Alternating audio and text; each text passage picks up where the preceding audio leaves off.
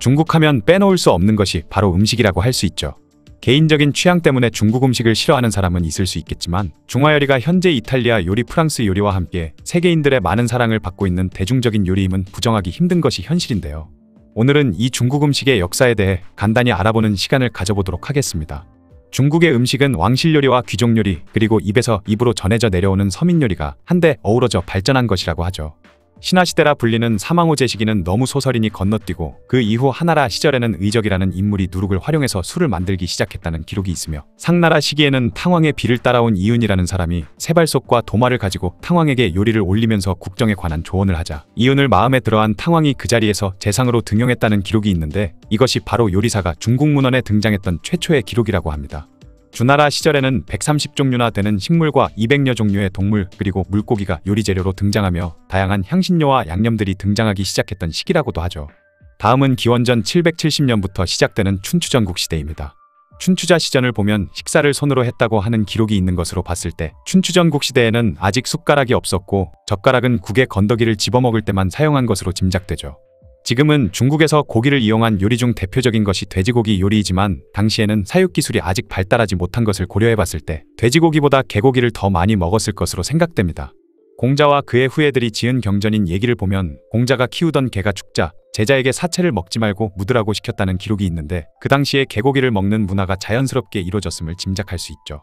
이 시기에는 다양한 가축들을 식재료로 사용했는데 그 중에서도 특히 말과 소, 양, 닭, 개, 돼지는 군주나 제후의 의례에 주로 사용되는 귀한 식재료 취급을 받았다고 합니다. 전국시대 모사들의 책량 모음집인 전국책을 보면 제나라 선왕이 태례를 대접하는 장면이 나오는데 여기서 태례가 바로 나라에서 제사를 지낼 때 소와 양 그리고 돼지를 바치는 일이라고 하네요. 논어를 보면 공자의 식습관에 대한 기록이 있는데 공자가 회는 가늘게 썬 것을 좋아하고 생선은 상한 것은 먹지 않는다라고 되어 있는 걸로 봐서 이 시절부터 이미 생선회를 먹었을 거라고 짐작되죠. 지금의 중국 요리하면 불맛이 먼저 떠오르지만 이 당시에는 생식이 매우 일반적이었다고 하는데요.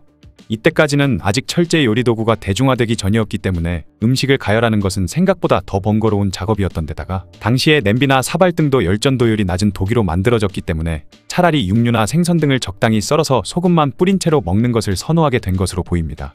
공자도 육회를 즐겨 먹었다는 기록이 있으며 얘기에 의하면 당시 중국인들은 회의 양념으로는 파와 겨자를, 육회 양념으로는 간장을 사용했다고 하죠. 다만 기생충의 위험이 있었기 때문에 이런 생식 문화는 점점 사라지게 됩니다. 참고로 지금은 중국 요리하면 빼놓을 수 없는 식재료가 바로 새우지만 이 시절까지만 해도 새우는 그리 인기 있는 식재료가 아니었다고 하네요. 다음은 400년이라는 긴 시간 동안 왕조를 유지하며 식문화에도 많은 영향을 끼친 한나라 시절에 대해 알아보겠습니다. 한나라 사람들은 서역으로 진출하기 전까지만 해도 주식으로 기장이나 보리를 먹어야만 했지만 시베리아로부터 제철 기술이 도입되면서 농업 생산성이 크게 올랐고 장건이 실크로드를 개척하면서 이란과 이라크 등지에서 포도와 석류, 오이, 호두, 그리고 향채와 녹두, 파, 밀 등 많은 것들이 유입되기 시작하면서 그들의 식탁은 무척이나 풍성해졌다고 합니다. 밀가루를 의미하는 면이라는 글자가 한나라 문헌에 처음으로 등장하죠. 장건이 두 번째로 서역을 방문하고 돌아온 기원전 115년 그가 다시 한나라로 귀국할 당시 서역에서도 사절들이 잇따라 장안을 방문했는데 밀가루의 등장과 보급 시기를 고려하면 이때 생산성 높은 외래종 밀이 분식 문화와 함께 서역으로부터 전해졌을 가능성이 높다고 합니다. 다만 밀가루 음식이 서민들에게 본격적으로 퍼진 것은 그로부터 수백 년이 지난 후한 중기 무렵부터라고 하네요. 이 세기에 지어진 삼인원령이라는 책을 보면 입추에는 자병과 수요병을 먹으면 안 된다는 구절이 있는데 여기서 자병은 바로 중국에서 쓰이는 면의 원형으로 짐작되고 수요병은 지금의 수제비와 비슷한 음식이었을 것이라고 합니다. 1970년대 호남성에서는 마왕추라는 대형 고분이 발굴됐는데 이 마왕추는 기원전 2세기 무렵 사망한 지방 귀족의 무덤으로 식량에서부터 조리된 식품까지 다양한 부장품이 발견되면서 당대의 식문화가 어땠는지 짐작할 수 있는 중요한 단서가 됐죠. 부장품들을 살펴본 결과 당시 육류로는 소양, 돼지, 말, 개, 사슴, 토끼 등을 사용했고 조류는 닭과 꿩, 오리, 참새, 기러기, 심지어는 백조나 학까지 먹었으며 어류는 잉어와 붕어, 쏘가리 등 주로 민물고기가 사용된 것으로 확인됐습니다. 고기를 조리하는 방법으로는 구이를 해먹거나 채소를 넣고 고깃국을 끓이는 방법도 있었고 바싹 마를 때까지 조리는 방법이나 육회로 먹는 방법까지 있었다고 하네요. 중국인의 식탁에 빵이 등장하기 시작한 건 후한시대 말기에서 삼국시대로 접어들 무렵입니다. 이때 등장한 빵은 호병이라 불렸는데 평평하고 둥근 모양으로 인도에서 먹는 난과 비슷한 형태였다고 하죠. 서진의 사마표가 한나라의 역사에 대해 기록한 속한서에 의하면 후한의 영제가 이 호병을 무척 좋아했으며 낙양 귀족 사이에도 유행했다고 합니다. 밀가루로 만든 음식인 분식이 주식이 되려면 발효라는 과정을 거치는 것이 필수죠. 위나라와 서진의 관리였던 하증이라는 사람은 미식가로 유명했는데 그는 증병이 부풀려져 모양이 열십자로 갈라지지 않으면 먹지 않았다고 하는 기록이 있는데요. 발효시키지 않은 빵은 열십자로 갈라지지 않으므로 하증이 먹은 빵은 이스트를 이용해 발효된 것이라고 짐작할 수 있는데 이 하증이라는 인물은 278년에 사망했으므로 적어도 3세기엔 이미 중국에 발효 기술이 있었음을 알 수 있습니다. 맥적은 고기에 양념을 한 통구이 음식인데 이름에서 알 수 있다시피 이것은 맥족에게서 유래한 요리로 위진시대 때 중원 지역에 전해졌다고 하죠. 556국에 대해 기록한 진서에 의하면 맥적은 당시의 귀족과 서민이 모두 즐겨 먹는 대중적인 요리라고 돼 있는데 아쉽게도 그 정확한 조리법까지는 전해지지 않았다고 합니다. 이 시대에는 특이하게 사슴머리를 이용한 요리가 크게 유행했다고 하는데 사슴의 머리를 삶아서 썰고 돼지고기와 함께 다시 끓인 후 생강과 귤껍질, 산초, 식초, 소금 발효된 콩을 곁들여 먹는 음식이었다고 하죠. 특이한 조리법과 진귀한 재료가 들어가서 찾는 사람들이 많았다고 하네요. 마지막은 송나라입니다.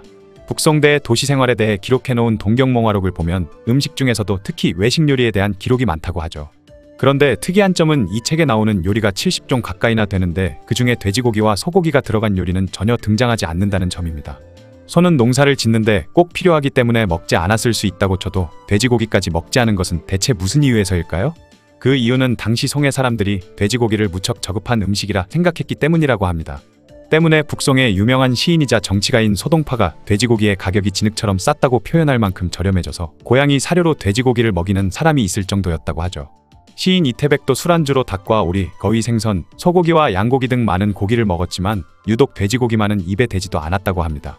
송나라의 문물에 대해 기록한 송회유집고에 따르면 1077년 북송의 궁중수락관에서 1년 동안 양고기는 43만 근을 사용한 반면 돼지고기 사용량은 겨우 4,000근에 불과했다고 하네요. 위나라가 멸망한 이후 300여 년의 전랑 끝에 통일된 나라인 수나라가 세워지고 한족인 이씨가 당나라를 세웠지만 오랜 세월 만주족의 영향을 받아온 당나라는 양고기가 돼지고기보다 고급스럽다고 여기는 문화가 여전히 남아있었기 때문에 지체 높은 사람들은 돼지고기는 백성들이나 먹는 음식으로 생각했고 그런 분위기가 당나라에 이어 송나라까지 이어졌다고 합니다. 뿐만 아니라 당나라 때 명이라고 소문난 손사막은 돼지고기를 많이 먹으면 풍이 생길 수 있으며 근육과 뼈에도 좋지 않다는 악평을 남겼고 그 외 유명한 문학가들도 돼지고기를 좋지 않게 보는 말을 많이 남겼다고 하죠. 그렇게 송나라 시절에는 돼지고기가 천대받은 반면 양고기는 많은 사랑을 받았다고 하네요. 송나라 사람들은 특별한 날이나 외출을 하는 날 맛있는 음식을 먹는 걸 즐겨서 서민들도 많은 식비를 쓰는 걸 감수하면서까지 평소에 외식을 즐겨했다고 하죠. 때문에 대도시에서는 수많은 식당들이 생겨났는데 수도인 개봉의 경우 전문적인 식당의 수가 무려 72개나 되었고 과자나 음료, 과일이나 후식을 파는 노점 그리고 유명한 술을 유통하는 주조장과 다양한 차를 파는 전문 찻집까지 있었다고 합니다. 송나라는 무역이 발달해 여러 나라의 식재료가 들어온 데다 오늘날의 중국 요리와 다르게 거의 없는 다양하고 고도로 발달된 요리법까지 갖추고 있어 마라탕이나 허거, 딤섬, 소롱포, 탄탄면 등 많은 요리가 유행했다고 하네요.